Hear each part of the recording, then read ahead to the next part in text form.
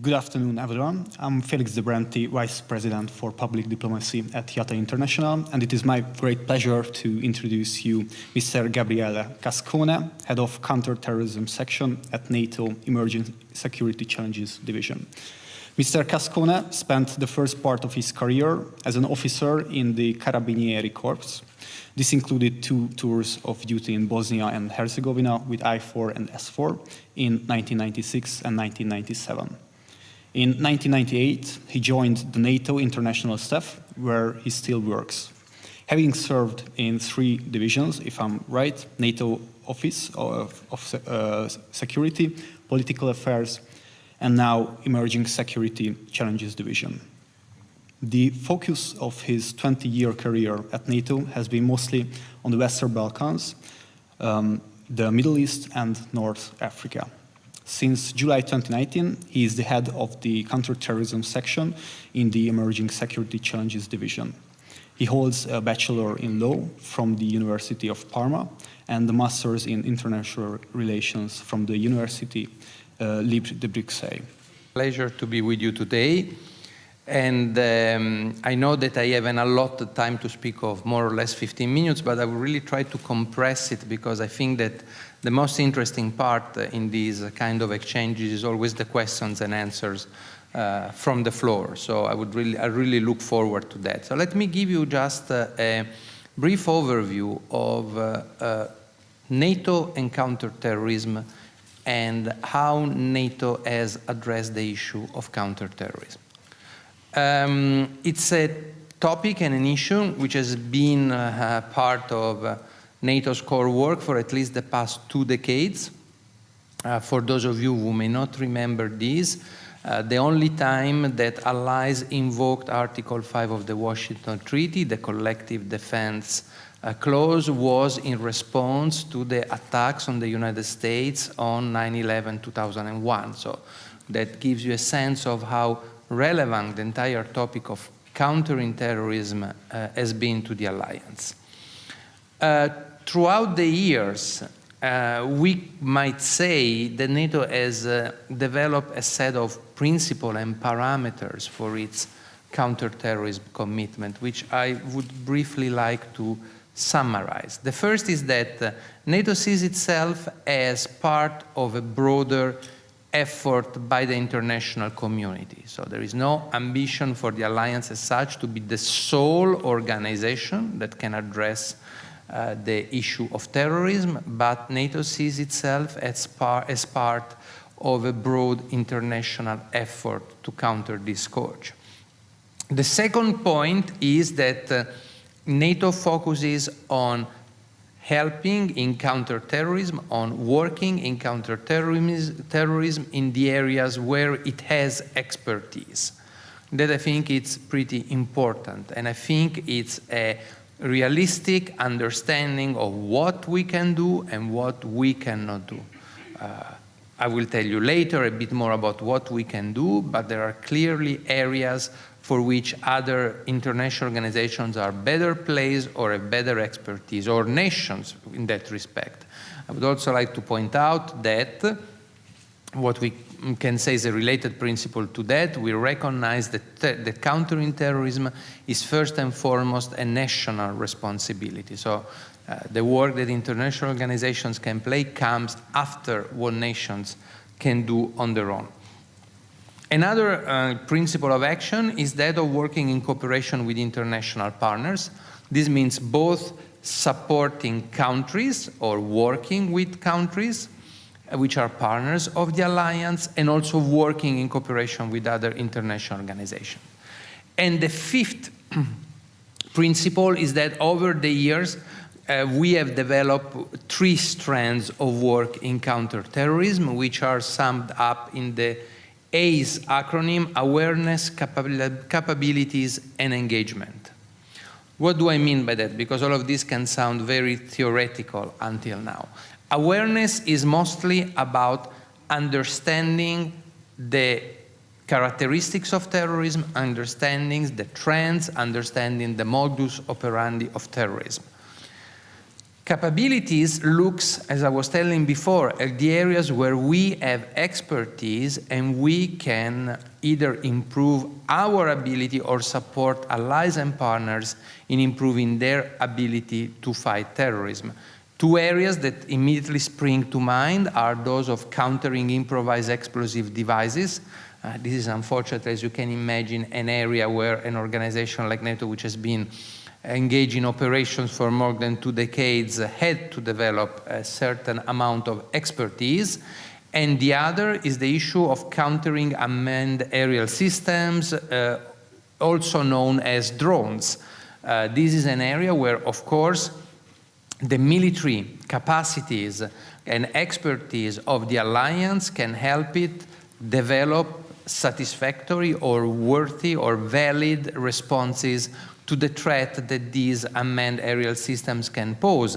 And what is interesting is that something that for the alliance starts first and foremost as an issue of protection of the forces in the context, for example, of an operation, is however equally relevant if we look at the issue of protection of territories, of protection of populations, of avoiding terrorist attacks in our cities. So this is clearly an area where the work that NATO conducts does not limit itself to the military dimension of the alliance, but it has an immediate and beneficial cascading effect on the protection of our territories and our populations. The primary tool through which all of these strands of work are articulated and developed and carried forward is what we call the Counter-Terrorism Action Plan. For your information, this document, which has many serials, so I will not go through all of them, has been currently reviewed by allies, and we expect it to be approved by the foreign ministers when they meet next week in Riga. So it will be a brand new document, which will be you can call it the 4th edition or the 4th iteration of this kind of document. The first one dates from 2017. Like I said, the Counter-Terrorism Action Plan has many many areas of work. I would just like to sum up here or mention briefly here a few of those that we consider as more interesting in terms of developments. First of all, an issue which remains important is that of increasing our awareness, of that of increasing the ability to exchange strategic intelligence, to understand how terrorism is changing. A second area is that of increasing and enhancing our cooperation with partners, especially the partners that we define in the South, those from the Middle East and North Africa, but also with the regional organizations from those regions, as partners in the fight against international terrorism. A third area into which we are looking more and more, and which in a sense already started to some extent with the counter-UAS work, is the issue of the relationship between technology and countering terrorism. At the beginning, we look at it more from the angle of how terrorists can misuse technology, but actually technology, we should look at it as our friend, in the sense, I hope we still have the technological edge, so how can we leverage technological development to improve our ability to counter terrorism? And a last area that I would like to briefly mention, we're also starting to look at how NATO can, through the information and the data which is collected, especially in the course of the operation, support what we call law enforcement outcomes through the process which we call as battlefield evidence. So how can the stuff which is collected on the ground help to support prosecutions, to support investigations, also to support in certain areas, such as cultural property protection, finding the means through which terrorists finance themselves. So this is another quite significant strand of work that we see as relevant for the alliance and where NATO can definitely bring added value. So to sum up, it is a an area of work where we continue to remain dynamic, engaged through these three strands that I just mentioned, where it is important first and foremost to have a good understanding of the terrorist phenomenon to understand how to respond to it, and where we remain convinced that NATO has significant and useful tools that can support the broader international commitment in the fight against terrorism. And I would stop here. Thank you. Thank you, Mr. Cascone, for your very interesting speech. And now we'd like to turn to the audience for your questions. And before giving the floor to you, I prepared a question. So in your opinion, which are the most effective capabilities and technologies today to tackle terrorist threats and to manage consequences of a terrorist attack? For instance, the terrorism intelligence cell was implemented in 2017, and how effective was it? When we talk about capabilities and capability development, we always look very much at the technological aspects and at the practical element.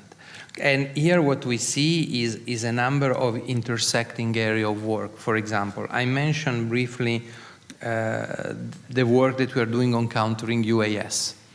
That for me is a very valid one, a very important one where we work really very closely. It's interesting, the very close cooperation that we have developed also with other international organizations, because there is a security angle, there is a safety angle, there is a air traffic management angle.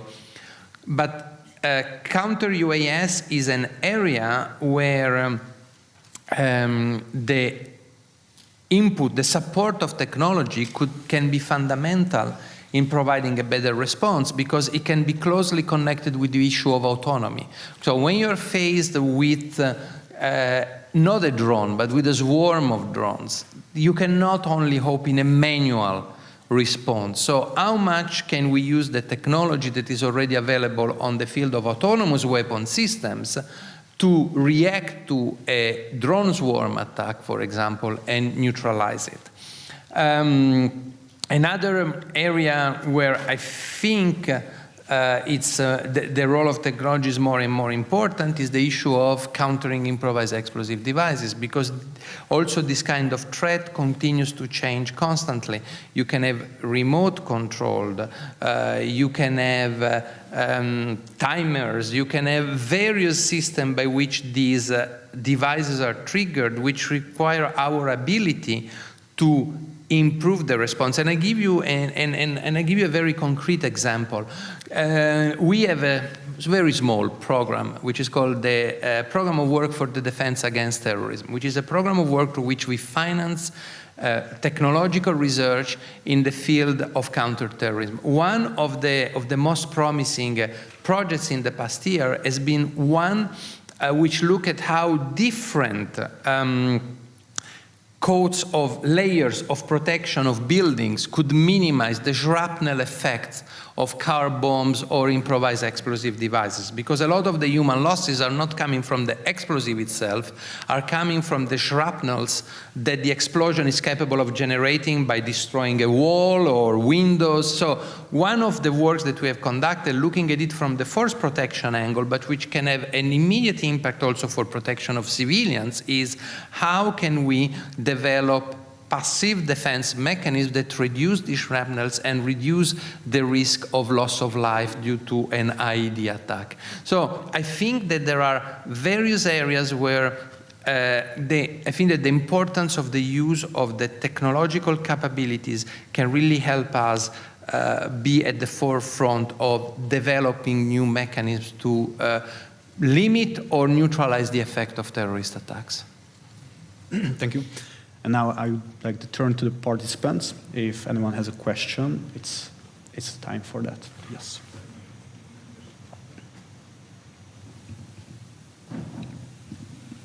Thank you, Mr. Gascone, for your interventions. They're very insightful. I am Nico Segers. I'm from the Euro-Atlantic Association of Belgium and also liaison for YATA Belgium. And my question for you is, as we know that terrorists and criminal organizations can advance their malicious activities as long as they have access to knowledge, skills, people who are ready to commit attacks and access to weaponry and materials to fabricate explosives. We also have the threat of biochemical terrorism, CBRN, of course, that are still on the radar as a potential means to cause harm and disrupt our societies. The thing is, as we discussed before, there are a lot of emerging technologies coming out now that NATO is taking a look at, and also some of them are very disruptive in nature, and they come out mostly through the R&D from the industry.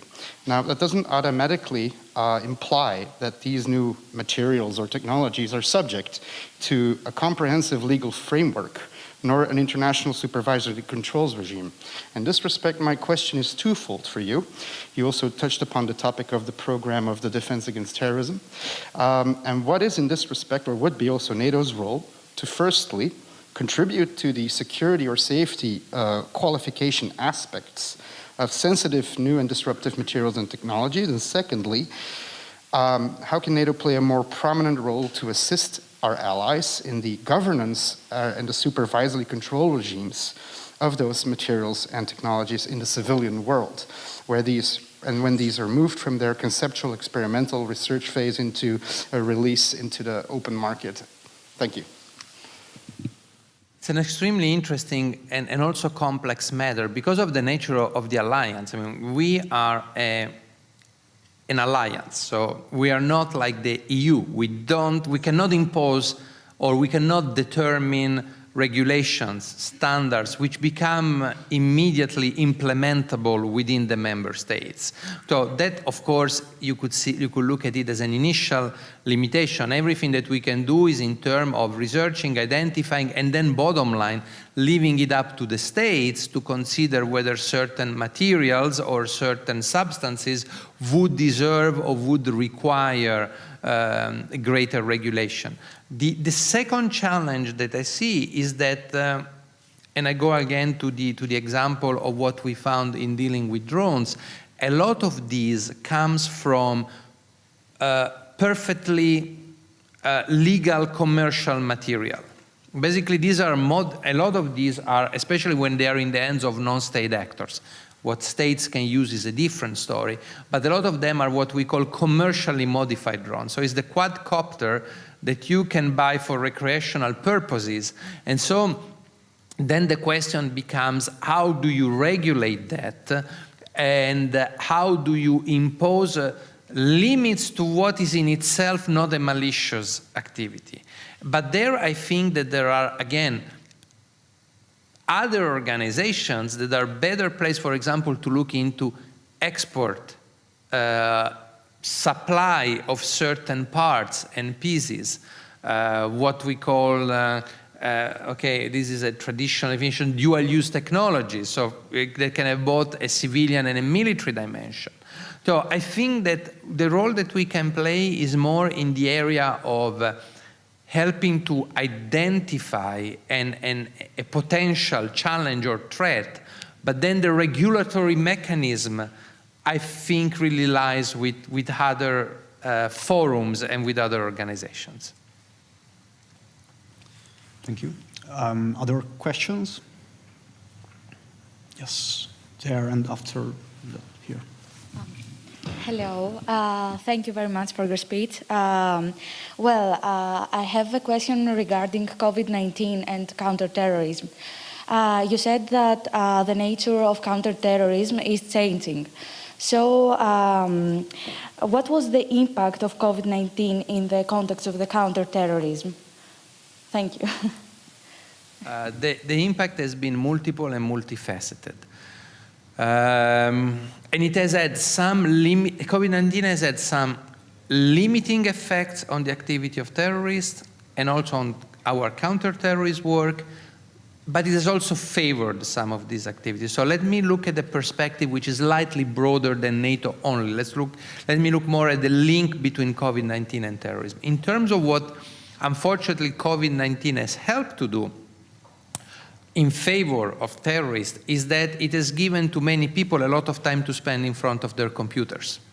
So what I mean is when you know how the internet, how encrypted chats, etc., are used as a radicalization and recruitment tool, of course there has been more opportunity to reach out to a wider community of individuals who were just forced to stay home, read the news, etc. I think that a broader element is that COVID-19 has to some extent heightened the polarization in our societies. And the polarization is always a precursor to possible violent action. I mean, people are frustrated, people are angry, people don't believe what they are being told. It doesn't mean that it is an automatic process, but it's among those precursors that can start to create unrest, unhappiness, violence in the streets, which can then spill over into something of a more threatening nature. When I look in particular at our partners, but also at some of our allies, is that also COVID-19, the enforcement, for example, of the rules concerning lockdowns, etc., has required the security forces to devote a certain amount of their attention to the policing of the COVID-19 related regulation. And this may, of course, to some extent, distract resources, for example, from monitoring or investigating terrorist groups, because the police there are in the streets to look into the priorities related to the pandemic, and in some countries also the armed forces and so on.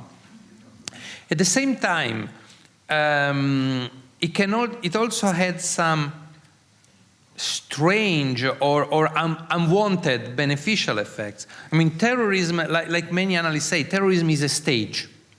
To conduct a terrorist attack, you need a lot of people in the streets. You don't blow up a car bomb in a desert street, because that's not what you want to achieve. You want to achieve terror, you want to achieve fear, you want to be as visible and as have an impact as strong as possible in your actions. And what is interesting is that, of course, when you don't have these mass gatherings in the street, you start to have less of an opportunity to conduct your actions. I'm sure this was not wanted as a result, but it is a fact.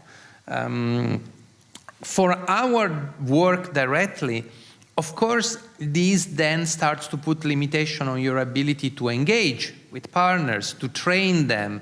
There is less in-person work which is done, because you have to do a lot of it through the online dimension. And online is good for some kinds of training, but for certain kind of more tactical operational training, you need to be there with the people. So I would say, as you can see, there is a large palette of impacts which go from the macro to the micro, from the social to the political to the security, which COVID has had with relation to counter-terrorism. So I hope I've been able at least to paint a broad brush of the things that I could observe in these months. Thank you. Thank you. Unfortunately, we are running out of time. So at this point, I would like to thank you, Mr. Cascone, once again for accepting our invitation and being here today with us. And now we will have a short technical break, just 3 minutes. So I would like to ask everyone to stay in the room. And the next panel will be the cyber threat landscape and NATO's approach to tackle it. So thank you once again.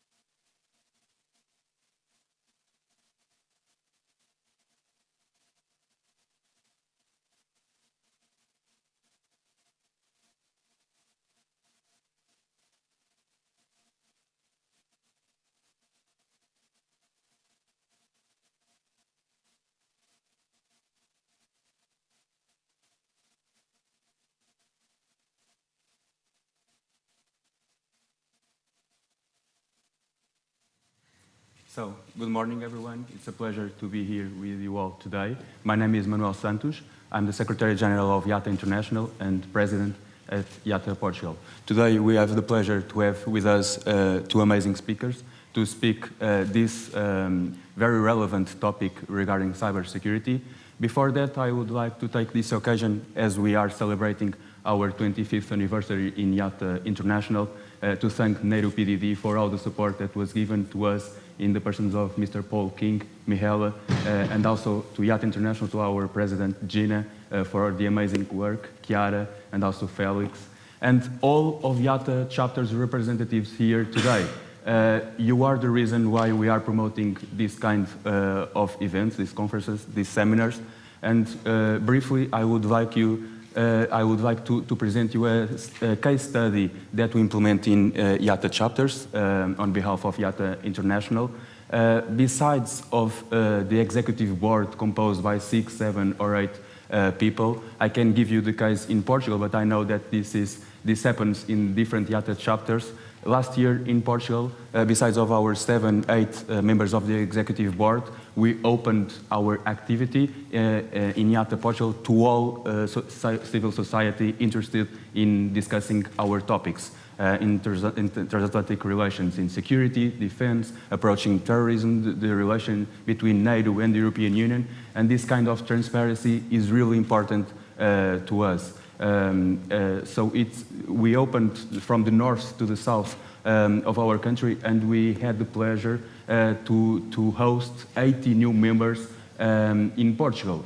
So in the previous debates, we were discussing the importance of NATO Public Diplomacy Division in promoting our values, reflected on the primacy of democracy, freedom, pluralism, collective defense, and we truly believe that this is the way to improve our debate, to have people with us discussing these topics. And I think that it's our own responsibility and all of yours, each YATA leader here present today, to involve all the civil society in our values.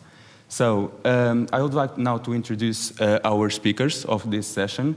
Ms. Chelsea Slack is a Millennium Fellow at the Atlantic Council and Deputy Head of the Cyber Defense Section at NATO headquarters, where she supports the development of cyber policies and initiatives across the NATO alliance. In this role, Ms. Chelsea Slack cultivates cooperation with NATO's partners in other countries, international organizations, as well as industry and universities. Ms. Chelsea Slack is a guest lecturer at university and research institutes and is a member of the BMW Foundation's Responsible Leaders Network at the Global Diplomacy Lab. It's a pleasure to have you with us. Then I would like to introduce our speaker, Mr. Daniel Black, that is a senior analyst at NATO headquarters, at NATO's Emerging Security Challenge Division. Our speaker deals with current and future security issues, and it's his job to act like a cyber detective to uncover the fingerprints, piece them together, and retrace the malicious activity, looking for patterns that could help identify and prevent similar malicious activity in the future. It's a pleasure to have you with us today. Mr. Daniel, I would pass the floor to you. Thank you. Thank you very much. And thanks for the opportunity to be here. It really is a pleasure for both of us to speak on both of our behalf. So as has been alluded to, the core of my job as a cyber threat analyst here at NATO is to take events in cyberspace and connect them to their political and military consequences. And so in the spirit of talking a little bit about that work, we thought we would maybe use a framing quote today from a recent Foreign Affairs article on making cyberspace safe for democracies. So in that article, Lauren Rosenberg wrote, "The new great power competition won't necessarily take place on battlefields or in boardrooms. It will happen on smartphones, computers, and other connected devices, and on the digital infrastructure that supports them." So I thought I would use this quote to explore a little bit what the strategic challenges are in cyberspace and what the main trends of the cyber threat landscape look like today. And so In that quote, the beginning of the quote, Laura Rosenberg stresses new great power competition. And I think competition is probably the key word to pin on there. So it's not just about dealing with conflict or militarized crises, the traditional bread and butter things of a military, but it's about a much wider range of activity that occurs below the threshold of armed conflict. And over time, this activity has the capability to achieve strategic effects in a cumulative way that gives a strategic alternative to war or conflict. And so this is why we concern ourselves with this activity so much. It's not necessarily one or the other, but it can not just be on its own very strategically consequential, but it also connects into the other pieces of the domain. And so cyberspace is also not just a domain in and of itself where competition unfolds, but it's also a medium that touches our other places. So in air, in space, in land, in sea, we have cyberspace elements. The supporting infrastructure is made up of cyber elements. And so we have to think about those cross-domain elements. And so it is competition, but it's also conflict. And how do you manage these two different strategic dynamics? So there's the strategic space under the threshold of armed conflict, but we also have to think about that threshold above armed conflict and how do those two pieces interact with one another. In terms of the rest of the quote, she also stresses that it won't be in battlefields or boardrooms, it will be in smartphones, on computers, other connected devices. And this is really pinning on a core structural feature of cyberspace. So what Laura is talking about here is really about interconnectedness. Cyberspace is always on, and states have the ability to exert influence beyond their borders. Geographic distance is no longer the limiting factor for a lot of this activity. And so we have to think in different ways about how states can exert power and influence against other targets. And this is, for one reason, why cyber is such a core collective defense issue, and it's a quintessential collective security problem as well. Things that happen in one part of the world have the opportunity to impact other parts of the world. What happens in one ally's infrastructure could have consequences for the rest of the alliance. And so we try to make sure that we maintain this common situation awareness picture for the alliance. As you alluded to, looking for those digital fingerprints, but when we collect a fingerprint, making sure it goes to all 30 allies, as well as towards NATO's networks to make sure we're all protected from the same thing. The last piece I would stress from her quote is it's framed as a hypothetical. It won't necessarily take place on battlefields and boardrooms. We don't really know what the future of cyber conflict will look like. The environment changes rapidly. It's in a constant state of flux. New vulnerabilities come out. We're wrestling with emerging and disruptive technologies on a continuous basis. There's a lot for us to think about in terms of what that future looks like. And so we have to wrestle with this uncertainty on a continuous basis and ensure that we remain as resilient as possible to all types of malicious cyber activity, however they may manifest themselves now or in the future. To look at some of the key trends that we see in that space. So, 5 years ago, it was very much just cyber, but today we're dealing with cyber-enabled threats all the time. So cyber-enabled influence operations, disinformation, this all uses the same digital infrastructure that traditional cyber effects do as well. We have to wrestle with the growing capability of state and non-state actors. 5 years ago, they were very much in their budding phases of learning how to do this, but there's been a lot of maturation in terms of capability and them to be able to achieve a wider range of effects over time. And so we're wrestling with what does that mean and how do we tie that into making sure we're more secure and more resilient to these types of activity. I think this year has really put a spotlight on ransomware as a national security threat as well, too. So in the past, this was considered, very much a financial problem, but events of this year, thinking of the Kaseya supply chain compromise, the Colonial Pipeline ransomware incident, there's been a number of cases where we can see that ransomware effects can actually have national security consequences and international security consequences as well. And so we need to think about those. And speaking of those complex supply chains, software supply chains are incredibly complex. They're diverse. Pieces and components come from all over the place, and these complexities need to be dealt with in the way that we do security as well. So there's a lot of emerging trends, and the ones that are here today probably won't be the same tomorrow. And so what we do as cyber threat analysts is try to get a picture of what is the most consequential, what are those emerging threats, and we try to fold those over to our policy colleagues to make to look at that solution space. And I'll hand over to Chelsea from here to look at that space. Hello, everybody. So we've heard a little bit about the threat landscape, but also the strategic component of what cyberspace is. And so now the question is, well, what is NATO doing about it, both as an organization, also with its 30 allies, but with our network of partners, not limited just to countries, but also industry and academia. NATO was founded on the idea that countries can achieve more when they work together. And the same goes in cyberspace. NATO has been evolving its approach over the last few decades around how we treat cyber as an issue. So once viewed purely as a technical issue is now part and parcel of our strategic reality. What do I mean by this? We started with this recognition of the cyber threat to our networks. But then when we saw the events in Estonia in 2007, where we saw some government services taken offline, citizens couldn't have access to their bank accounts. You then fast forward to the conflict in Georgia in 2008, where we see cyber tools deployed alongside conventional military capability. That then leads to NATO in 2010 recognizing that cyber threats could reach a threshold that could threaten Euro-Atlantic security, prosperity, and stability. Then, of course, there were the events in Ukraine in 2014. Once again, the hybrid component, a lot of gray zone activity, as it's called, which then furthered NATO's thinking in this policy space, where for the first time in 2014, allies recognized that a cyber attack could be grounds to invoke Article 5 of NATO's founding treaty. So that's about as political as it gets. So you go from the early 2000s, seeing this as a technical issue, protecting our networks, to then seeing geopolitical developments and developments in the threat landscape, as Dan mentioned, which means our policy needed to evolve, and allies took some key decisions, especially in 2014, where cyber was then seen as a contributor to the alliance's overall deterrence and defense posture. Now, what was important in 2014 is that was also balanced with the notion that international law applies in this space. There are rules. So we will be prepared to defend ourselves and to respond to the range of malicious cyber activities that we face, but that there are rules that govern our behavior. So if you look at what NATO's doing, you can think of it under three main pillars. The first being that we're very much looking at the protection of our own networks and how we are developing our capability. So as I mentioned, cyber attack could be grounds to invoke Article 5 of the Washington Treaty. International law applies.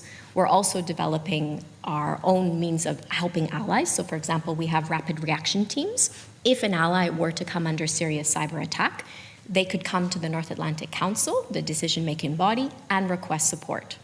We're also working quite hard on using NATO as this platform for information sharing. As Dan mentioned, the more pieces we have, the more situational awareness we have, the better decisions we can make. So the information from 30 allies, let alone from our partners in industry but other countries, really helps us to get that picture of the threat landscape and then decide how to respond.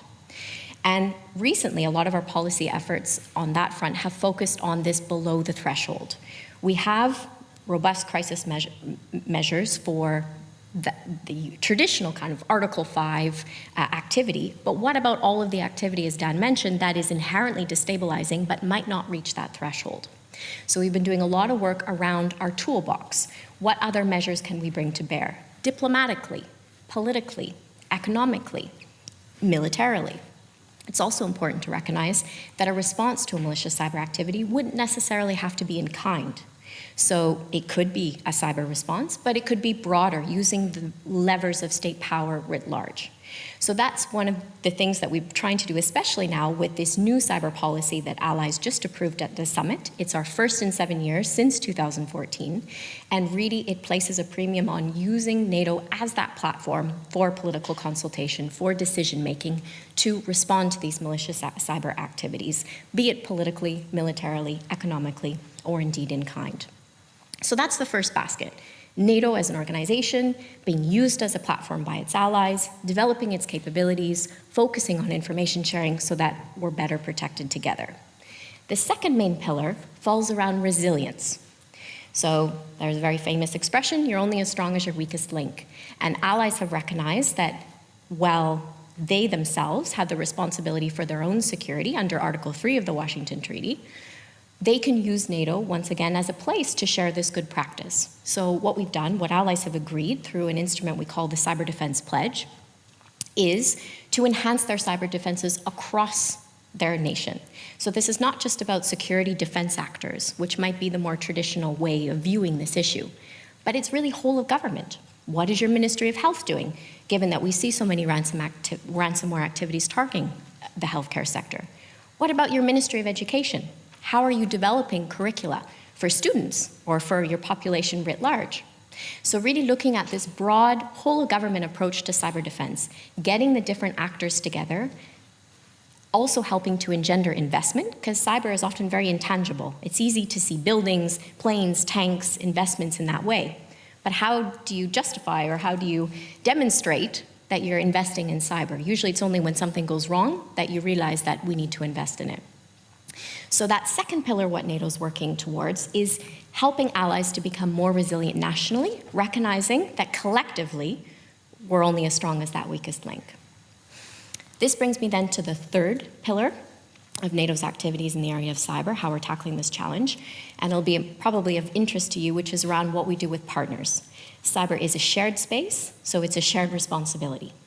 We work with more than 40 different partner countries, could be at the political dialogue level, so exchanges around how are different countries developing their national cybersecurity strategies, what capabilities, how can we share this information so that we're better protected.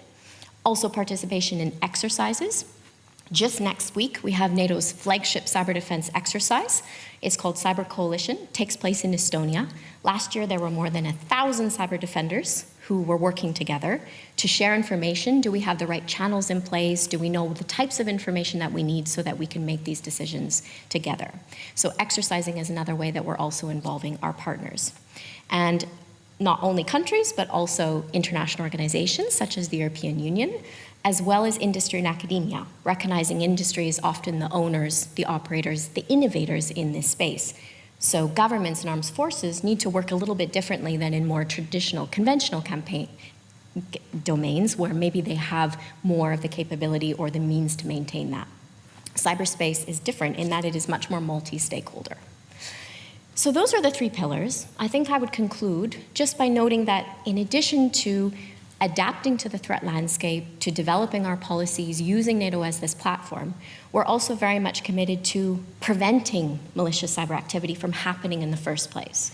So being prepared to respond, but also working to prevent it. And what do I mean here? There are important discussions happening at the United Nations around the applicability of international law in cyberspace, around developing norms of responsible state behavior, and around confidence building and capacity building measures. And so while NATO is not a norm setter in that regard, allies have recognized the importance of a free, open, secure, peaceful cyberspace, and that they will work towards maintaining that international peace and security in this space as well. And so I think I'll conclude there, but once again by thanking you all for this occasion. We've given you an idea of how we see cyberspace as a different domain and the strategic implications that brings, and then an idea of how NATO is working to tackle that challenge. We've accomplished a lot over the last few decades, but there is a lot more to be done. And it's of course with our allies, but also our partners that we're looking to do this moving forward. So with that, the interesting part, the questions. Great. Thank you so much for your interesting remarks, Ms. Chelsea Slack, Mr. Daniel Black. Before giving the floor to our colleague from YATA United States, Lydia, I think she will be online in 5 minutes. I would kindly ask you about the cooperation between NATO. We know that NATO exists to protect the civil society and our 30 allies. But don't you think that nowadays with these cyber threats and with the power of information and artificial intelligence, now it's even more important to have cooperation with the private sector? You want to tackle it, Then, John? Mr. Daniel, if you want to start, how can we introduce this kind of cooperation between NATO and the biggest companies, the companies that are in front of the biggest challenges that we face, and that maybe things are as they are, and maybe they are better prepared to face these challenges. This in a moment in which China has been increasing as well its power in the information technology sector, in artificial intelligence, big data, data science, and we know that data is power for the upcoming months and years.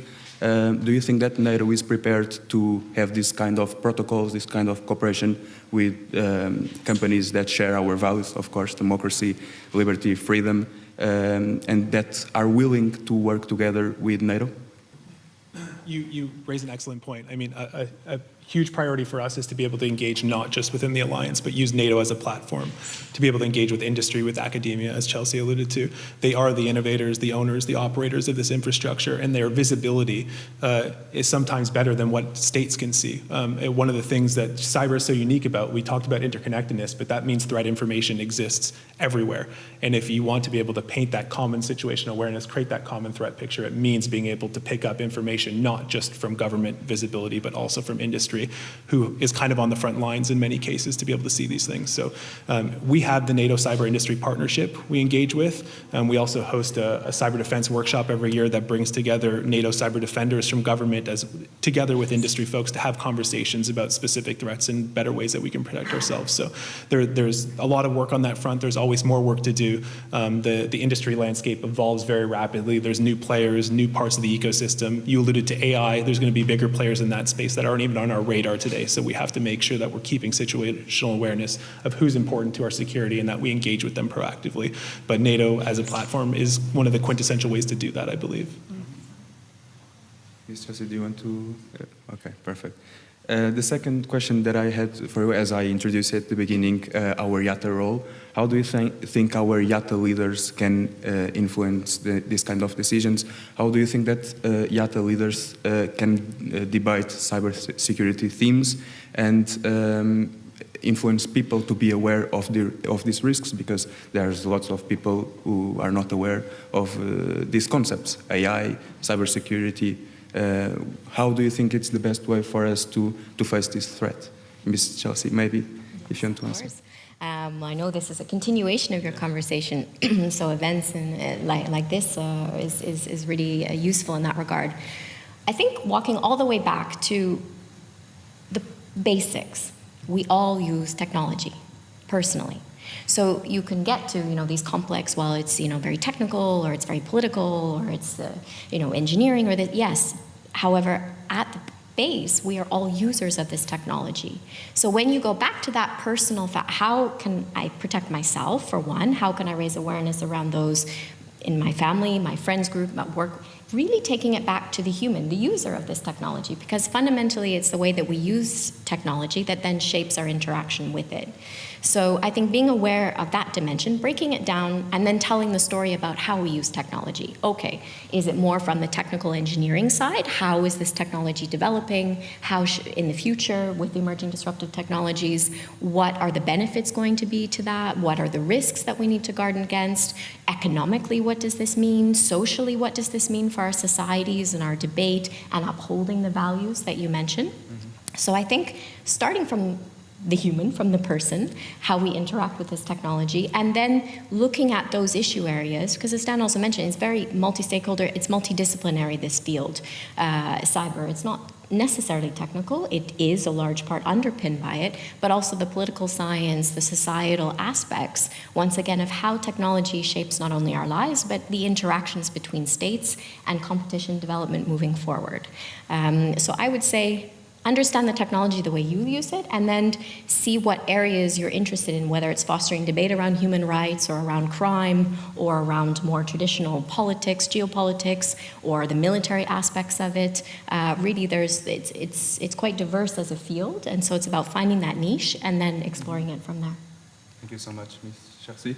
I'm happy to pass the floor now to our colleague, our representative for the United States of YATA, United States. I think that we are in conditions to have her online. Hi, Lydia. The floor is yours. Thank you so much for joining us. We can't hear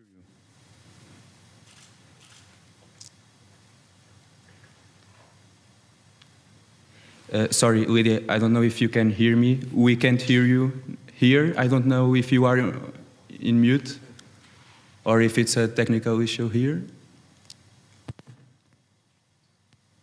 Can you hear me now? Yeah, perfect. Thank you. Okay, great. Well, I just wanted to say thank you all for including me. I'm thrilled to be joining you, though I wish I was with you in Brussels today. But I'm honored to be here representing YATA US and to ask you guys a quick question. If I can go ahead and do that. All right. So I wanted to ask you, how can NATO, and by extension, the Public Diplomacy Divisions, of which we are a part, counter the threat of malignant cyber surveillance, especially as the private market for these technologies grows globally and largely unregulated? Is there a role for NATO as member states are grappling with how to fight against these interception and intrusion technologies? Maybe we can collect one more question or two from our audience, please. Thank you very much. My name is Mariam Boboshvili, and I'm from YATA, Germany. So you mentioned the countries like Estland and attacks, cyber attacks of Russia. So in 2015 in Germany, we had also a cyber attack on German parliament, and also on the office of Chancellor Merkel. So my question is, what was the reaction of NATO in 2015, and if it will happen again, what will the reaction of the NATO? Thank you. Okay, so I think we Should can... we tackle those two? Yes, please. All right, I'll start on both, and then first, going to the question from YATA US, welcome. I think, once again, regardless of the technology that's used, it really goes back to the values behind that. And so, as I think NATO has been adapting over the last 70 years, those values of democracy, human rights, in the physical space, now very much applying to cyberspace. So while a lot of the work and the discussions, especially around the surveillance, those aspects are national, of course, allies are always welcome to use NATO as a platform to discuss them. But I would say Dan and I's job, purely from kind of protecting NATO networks, is really looking at the threats to NATO networks, regardless of the actor, regardless of the vector, and then figuring out what to do about it and making sure that our allies and partners receive as much information as possible so that they're able to protect themselves as well. So I would say that here it's important to distinguish, also for the second question around specific incidents or events that have taken place in some allied countries, is really to distinguish between national responsibilities, so national debates and discussions, which of course, unfortunately, we do see malicious cyber activity targeting critical infrastructures of nations, targeting democratic processes of nations. And so fundamentally, it is for those allies, for those nations at the national level to have those discussions and develop their capabilities. But NATO is also a platform, a table, where these countries can come and say, we have seen this happening, we'd like to consult on it, we'd like NATO to consider using one of the tools in its toolbox, be it political or diplomatic or economic, or they may just wish to consult. So I think the bottom line is really, when we look at it, it's about our values and how we uphold those also in cyberspace. Second, delineating between what nations and allies do, and then how that debate can be brought to allies, if it can be brought to NATO if allies decide. Because fundamentally, NATO is an organization made up of its allies and the member states. So they can use NATO as this platform to consult. To give you an example recently of our new policy in action and trying to deter and to respond to malicious cyber activities. This past July, the North Atlantic Council came together and they issued a statement of solidarity for those victims, those people who had been affected by the Microsoft Exchange server compromise. And in this message, allies also condemned this type of activity, which they considered not to be responsible, and they called for all states to uphold their responsibilities under international law and to live by those norms of responsible state behavior they'd signed up to. So this is an example of allies coming to NATO, having a discussion about what might have affected them nationally, and then deciding what would we like to do about it using all the different tools at our disposal. But it's really a case-by-case basis and a political decision based on how allies want to make use of this platform. Anything to add, Dan?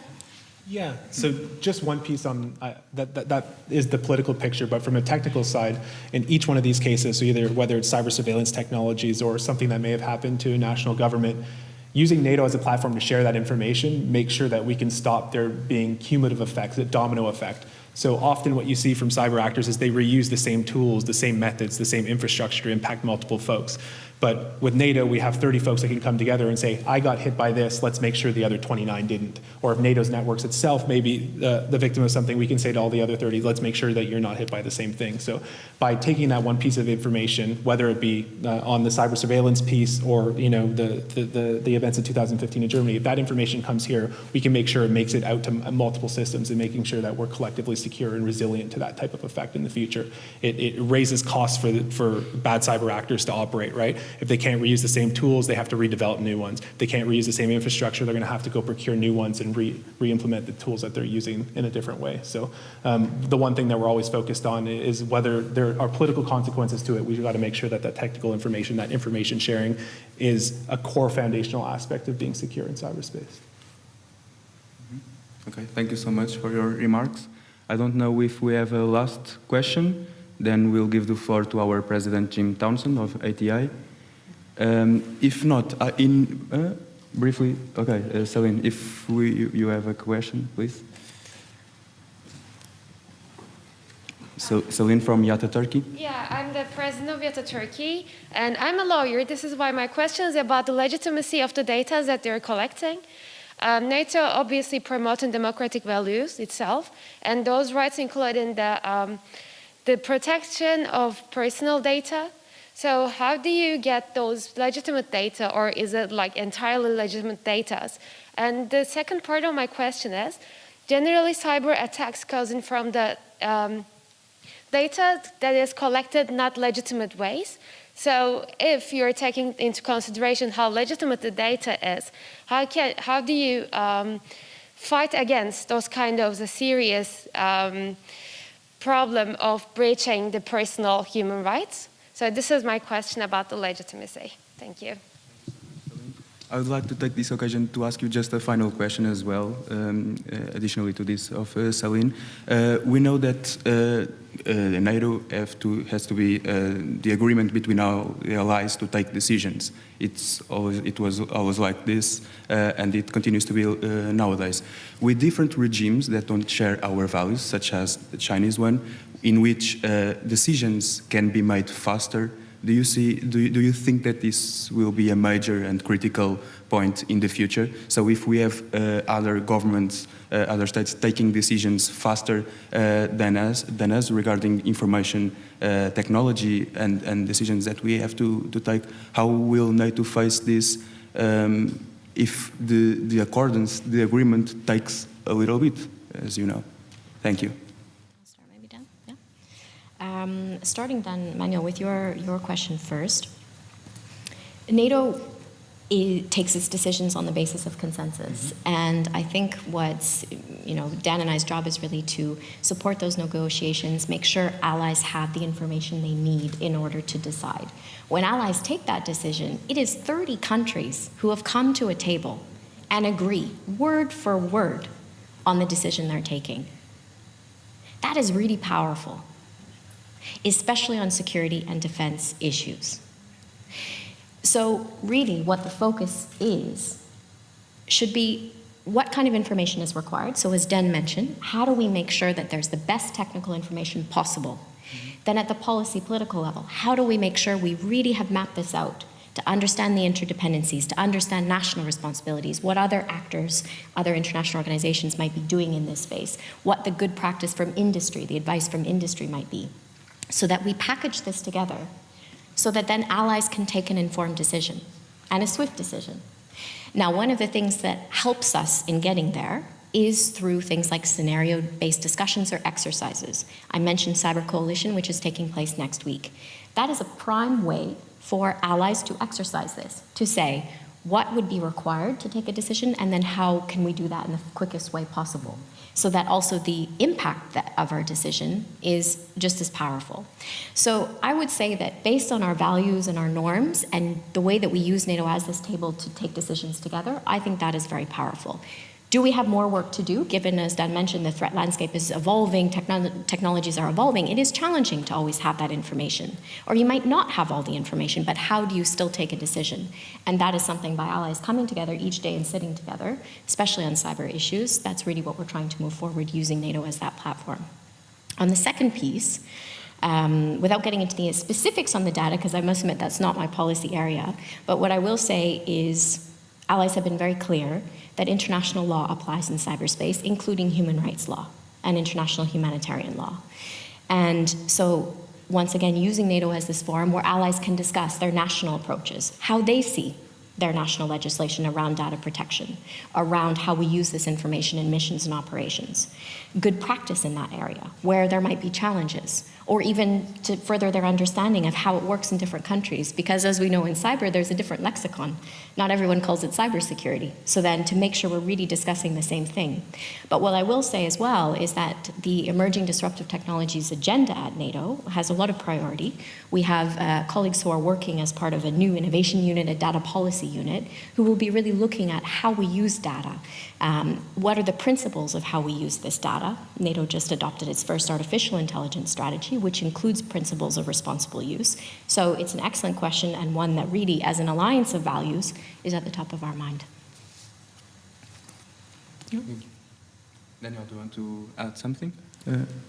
Just briefly, so when it comes to sharing threat information in the privacy question, we're very careful about making sure that the indicators of compromise we're looking at are stripped of that context that could be consequential to someone's privacy. So a lot of the pieces that we're looking at are very much technical indicators. They're agnostic to a human. They're more raw, visible things that we can use on systems to look to say, hey, that's anomalous behavior. That's not something that looks right on that system, and we should investigate it further. So there is a lot of efforts in the way that we share across allies or with partners or whoever, with industry, whatever it might be, that we make sure that we protect the privacy of folks that might have been the victims of what happened. Thank you so much, Daniel. Thank you so much, Chelsea. So I would like a big round of applause to our speakers. Thank you so much.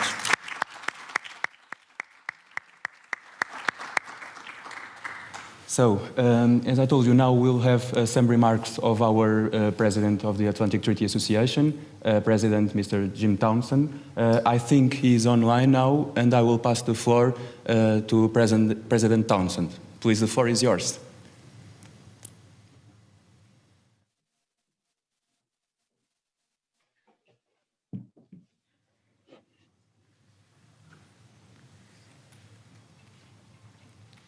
Okay. Hi, Mr. President. Thank you for joining us in our 25th anniversary of YATA International. So I think you are hearing us, right? Yes, can you hear me? Yes, we can hear you now. We just finished our topic regarding cyber security with Ms. Chelsea and Mr. Daniel Black.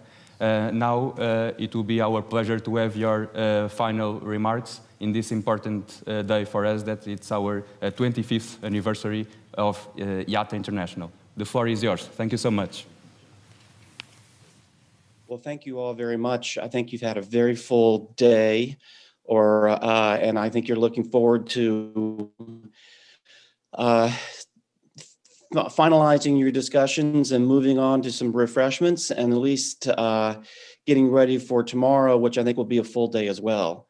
I wanted to at least come in at the very end, and I'm not going to keep you too long, but to come in and say not just a happy anniversary to YATA, but also to thank you for all the hard work that YATA has done over those past 25 years. I think Gina can tell you, who has put together this marvelous 25th anniversary celebration. I think Gina can tell you how difficult it can be for all the chapters to put on, with little money and volunteers, putting on such important events as you do in all of your chapters and all of your capitals. And I wanted to say here from the Shenandoah Mountains, which is where I am right now, celebrating Thanksgiving with my family. So from the foothills of the Shenandoahs in rural Virginia, I wanted you to know that all of us here in the United States really appreciate the efforts that you make. I think as we deal with this new world that we now find ourselves in, whether it's dealing with China, dealing with Russia, dealing with all the issues you've talked about today, YATA increasingly becomes important. I think the engine for the Atlantic Treaty Association is YATA. It's what YATA does every day, and it's bringing in the next generation like you to come in and take the handoff from all of us who have done the best we could over the past 30 years or so to keep the alliance going. It's now something where you all are taking the leadership positions, and YATA is in the center of that. YATA leads that effort. And as I look at you now, I look at the panelists sitting there behind your microphones, I feel very good about the future, and I feel very good about dealing with these challenges, which, as we listen to the speakers and as we read the newspapers, it seems that it's something that you don't see light at the end of the tunnel in a lot of ways. If you're looking at what Russia is doing along the border with Ukraine, you look at Belarus and Poland, you look at climate change, you look at terrorism, which still stalks the transatlantic alliance. When you look at all these things, it sounds insurmountable. And for me, when I came of age during the Cold War, it sounded insurmountable as well. But what I learned was, and I learned this in 1989 when the Berlin Wall fell, that things are not as insurmountable as they seem. And I think as I read today's papers and I try to figure out how do you deter Putin, how do you deal with the Chinese, how do you deal with so many of these problems, I keep remembering back to the way I felt when I was coming through the system, that in fact there is a way out. And so as I look at you, I get that same feeling. I think the ideas that you're going to bring forward, the energy that you're going to put into the effort, the intelligence that you're going to bring to try to make NATO and the transatlantic community better, I have a lot of faith in that. And so as I think about the 25th anniversary of YATA, I think about the next 25 years. And I think the next 25 years, we're in good hands with you.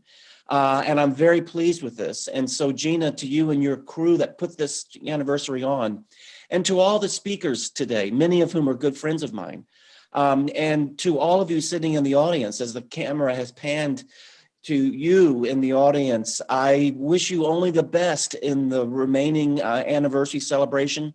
And as you return home to your chapters, I look forward to continuing to work with you as we surmount what seems insurmountable, as we deal with these problems ahead of us. I think we're up to the challenge, and I'm full of confidence as I look at you in the audience. I feel that we're going to be able to handle whatever comes our way. So happy anniversary. I hope you have a great lunch. I think that's what you're on to now, and some great networking. And happy birthday to YATA, and I look forward to working with you in the next 25 years. Farewell from the Shenandoah Mountains. Thank you so much, Mr. President.